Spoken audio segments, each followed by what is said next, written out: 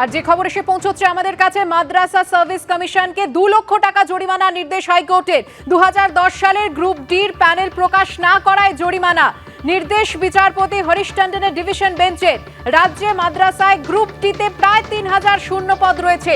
এর আগে একাধিকবার সময় নির্দিষ্ট করে প্যানেল প্রকাশের নির্দেশ দেয় হাইকোর্ট। কমিশন জানায় তারা আবার পরীক্ষা নিতে চায়, কিন্তু কমিশনের আবেদনে সাড়া দেয়নি হাইকোর্ট। মাদ্রাসা সার্ভিস কমিশনকে 2 লক্ষ টাকা তাই জরিমানা নির্দেশ হাইকোর্টের। 2010 সালের গ্রুপ ডির প্যানেল প্রকাশ না করায় এই জরিমানা। নির্দেশ বিচারপতি হরিশ টন্ডনের ডিভিশন বেঞ্চে। রাজ্যে মাদ্রাসায় গ্রুপ ডিতে প্রায় 3000 শূন্য পদ রয়েছে। এর আগে একাধিকবার সময় নির্দিষ্ট করে প্যানেল প্রকাশের নির্দেশ দেয় হাইকোর্ট। আর কমিশন জানায় তারা আবার পরীক্ষা নিতে চায়, কিন্তু কমিশনের আবেদনে সাড়া দেয়নি হাইকোর্ট। গত কয়েকদিন ধরে সিকিম পাহাড়ে প্রবল বৃষ্টি হচ্ছে। বিপর্যস্ত উত্তর সিকিম।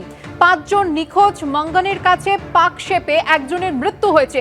প্রচুর বাড়ি ভেঙে গিয়েছে। ধস নামায় বন্ধ রাস্তা।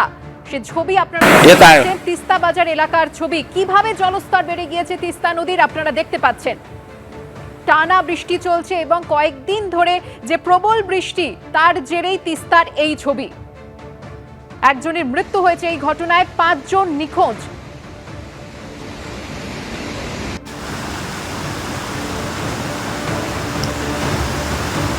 কথা বলবো আমাদের প্রতিনিধि उमेश तमांगे संगे। उमेश जी, क्या जानकारी है आपके पास? अभी तक बारिश जारी है, पहाड़ी इलाकों पर सड़कों का क्या हाल है?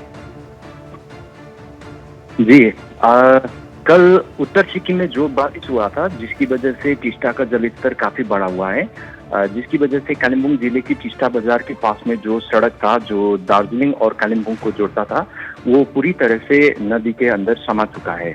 तो इतना बारिश तो पहाड़ में नहीं हुआ है दार्जिलिंग कालिम्पोंग में, फिर भी सिक्किम का जो बारिश था उसी वजह से इस तरह का अभी यहाँ का स्थिति है। तो लोग काफी भयभीत है, घर से अपना डॉक्यूमेंट लेकर बाहर खड़े हुए हैं और वो लोग बोल रहे हैं कि अभी मौसम इतना ज्यादा बारिश भी नहीं हुआ है। तो जब मानसून शुरू होगा, मानसून पूरी तरीके से यहाँ पर हावी होगा, तो उस समय लोग बता रहे हैं कि टिस्टा का जो कंडीशन है वो स्थिति और भी नाजुक हो जाएगा। शुक्रिया उमेश जी।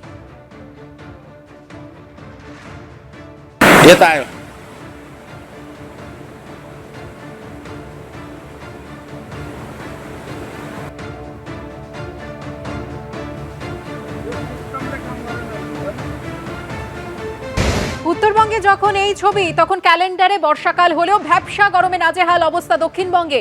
কলকাতায় আজ আংশিক মেঘলা আকাশ, বিকেলের দিকে বজ্রবিদ্যুৎ সহ বিক্ষিপ্ত বৃষ্টির সম্ভাবনা রয়েছে।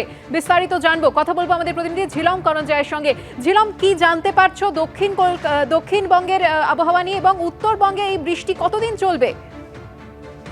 দেখেন, তোমাকে প্রথমেই বলি যে কলকাতা এই যে ভ্যাপসা গরম, এই পরিস্থিতি চলতে পারে কতদিন, সেই ব্যাপারে আবহাওয়া দপ্তর স্পষ্ট করে কিছু না বললেও তাদের বক্তব্য যে আজকে বিকেলের দিকে বজ্রবিদ্যুৎ সহ বৃষ্টিপাত হতে পারে, তবে এটা পুরোটাই আঞ্চলিক এবং বিক্ষিপ্তভাবে হতে পারে। এর পাশাপাশি দক্ষিণবঙ্গে পশ্চিমের যে জেলাগুলিতে সেখানে কিন্তু তাপপ্রবাহের সতর্কতা দেওয়া আছে। পশ্চিমের যে জেলাগুলোতে, তার 3টে জেলাতে তীব্র তাপপ্রবাহ এবং উপকূলবর্তী এবং গাঙ্গেয় জেলাগুলোতে কিন্তু তাপপ্রবাহের সতর্কতা দেওয়া হয়েছে আজকে এবং আগামীকাল। তবে মৌসুমী বায়ু দক্ষিণবঙ্গে কবে ঢুকবে, আজকে আগামীকাল না, সপ্তাহের শেষে না পরের সপ্তাহে, সেটা কিন্তু আজকে স্পষ্ট একটা ইঙ্গিত পাওয়া যেতে পারে বলে আবহাওয়া দপ্তর জানিয়েছে। অন্যদিকে উত্তরবঙ্গে কিন্তু আগামী 3 দিন যে এই যে প্রবল বর্ষণ সেটা চলছে, ভারী থেকে অতি ভারী বৃষ্টি হবে। উত্তরবঙ্গের উপরে 3টে জেলাতে কিন্তু লাল সতর্কতা দেওয়া আছে এবং তারপরে অন্য জেলাগুলোতে হলুদ সতর্কতা, কমলা সতর্কতা দেওয়া আছে। পাশাপাশি তারা বলেছেন যে এর ফলে সমস্ত নদীতে জলস্তর বাড়বে এবং ভাঙন দিতে পারে এবং বিভিন্ন জায়গায় বিপদও বাড়তে পারে, তাই জন্য সতর্ক করেছে আবহাওয়া দপ্তর। ধন্যবাদ ছিলাম।